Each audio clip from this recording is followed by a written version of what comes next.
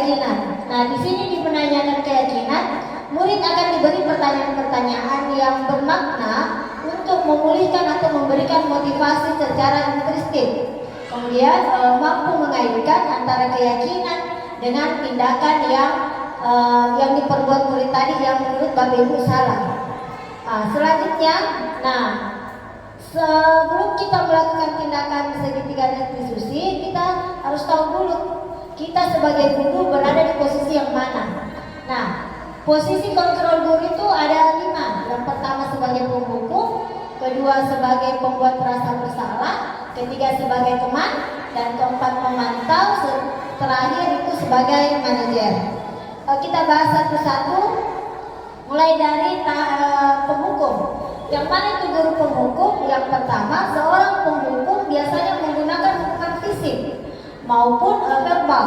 Orang-orang yang menjalankan posisi penghukum senantiasa menyatakan bahwa sekolah memerlukan sistem atau alat yang dapat lebih mendekatkan murid lebih dalam lagi. Nah, di posisi penghukum ini biasa guru mengeluarkan kalimat seperti kamu selalu saja salah, langsung menjudge atau langsung menghukum muridnya. Kemudian kadang juga jika muridnya terlambat, pasti selalu terakhir selesai. Itu adalah kata-kata dari seorang guru yang penghukum. Selanjutnya, apa hasilnya ketika guru bertindak sebagai penghukum? Hasilnya kemungkinan siswa akan marah dan memendam sifat yang sifatnya agresif. Kemudian biasanya yang lebih buruk lagi, sepulang sekolah murid melihat motor bapak ibu guru dan akan menggoresnya dengan paku. Seperti itu tindakannya. Selanjutnya yang kedua adalah pembuat rasa bersalah, di mana guru pada posisi ini akan bersuara lebih lembut, membuat rasa bersalah, sehingga membuat orang lain merasa tidak nyaman. Nah, contoh kalimat-kalimat yang biasa digunakan, misalnya ibu sangat kecewa sekali dengan kamu. Bagaimana kalau orang tua kamu tahu apa yang telah kamu perbuat? Nah, kalimat-kalimat seperti itulah yang membuat kadang-kadang murid kita merasa bersalah. Ketika murid kita merasa bersalah, maka hasilnya tentunya ya merasa bersalah dan merasa kecewa terhadap kita sebagai gurunya. Kemudian kadang-kala juga sifat seperti ini lebih bahaya dari sikap penghukum, karena emosi akan tertanam di dalam murid dan murid bisa menahan perasaannya. Kemudian murid juga bisa tertekan, seperti tiba-tiba bisa meletus amarahnya dan bisa menyakiti diri sendiri atau bahkan menyakiti teman-temannya. Kemudian yang ketiga, sebagai teman. Nah, posisi kontrol guru sebagai teman itu tidak akan menyakiti murid, namun akan berupaya mengontrol murid melalui persuasi. Positif di sini berupa hubungan baik yang terjalin antara guru dan murid. Kalimat-kalimat biasa yang digunakan, misalnya, ayo ingat bantuan ibu selama ini. Apakah kalian ini tidak apa-apa? Atau ayolah lakukan demi ibu. Nah, kadang-kadang yang seperti itu adalah kalimat-kalimat yang posisi sebagai guru. Tapi ada hasilnya, ada dampak negatif dan ada positifnya. Nah, positifnya itu murid akan merasa senang dan akrab kepada guru. Kemudian dampak negatifnya, murid akan hanya berbuat sesuatu bila yang menyuruh adalah gurunya sendiri. Nah, seperti itu.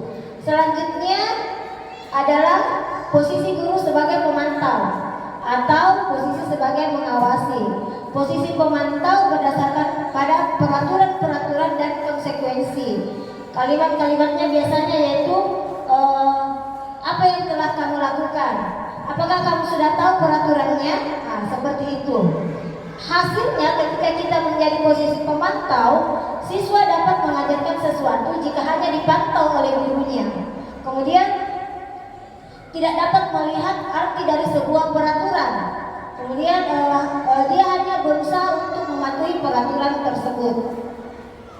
Yang kelima, yang terakhir ini adalah posisi kita sebagai manajer. Nah, posisi manajer itu di mana guru berbuat sesuatu bersama dengan muridnya, mempersilahkan murid dan bertanggung jawab eh, untuk mempertanggungjawabkan perilakunya. Kemudian biasa kalimat-kalimat manajer itu biasa kita lakukan, yaitu apakah kamu meyakininya? Jika kamu meyakininya, apakah kamu bisa memperbaikinya? Jika kamu memperbaiki ini, jika kamu memperbaiki kesalahanmu, apa yang kira-kira yang akan kamu lakukan? Nah, seperti itu adalah bentuk manajer. Selanjutnya hasilnya tentunya murid itu merasa bertanggung jawab atas apa yang telah dia lakukan. Kemudian murid juga akan sadar akan kesalahannya. Selanjutnya murid bisa berkomitmen terhadap apa yang telah disepakati dan berjanji tidak akan mengulangi kesalahannya. Itulah Bapak Ibu tentang posisi-posisi guru dan bagaimana tindakan kita melakukan apabila ada murid kita melakukan kesalahan. Saya kira itu saja dari saya. Terima kasih atas perhatiannya. Assalamualaikum warahmatullahi wabarakatuh.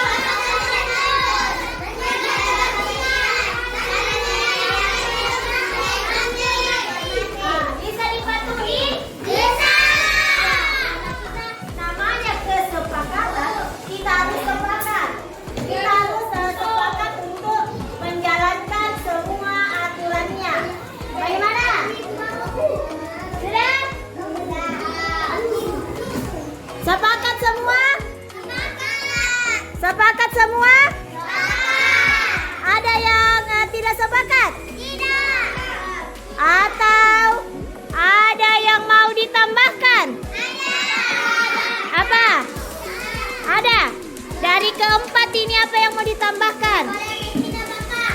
Hah?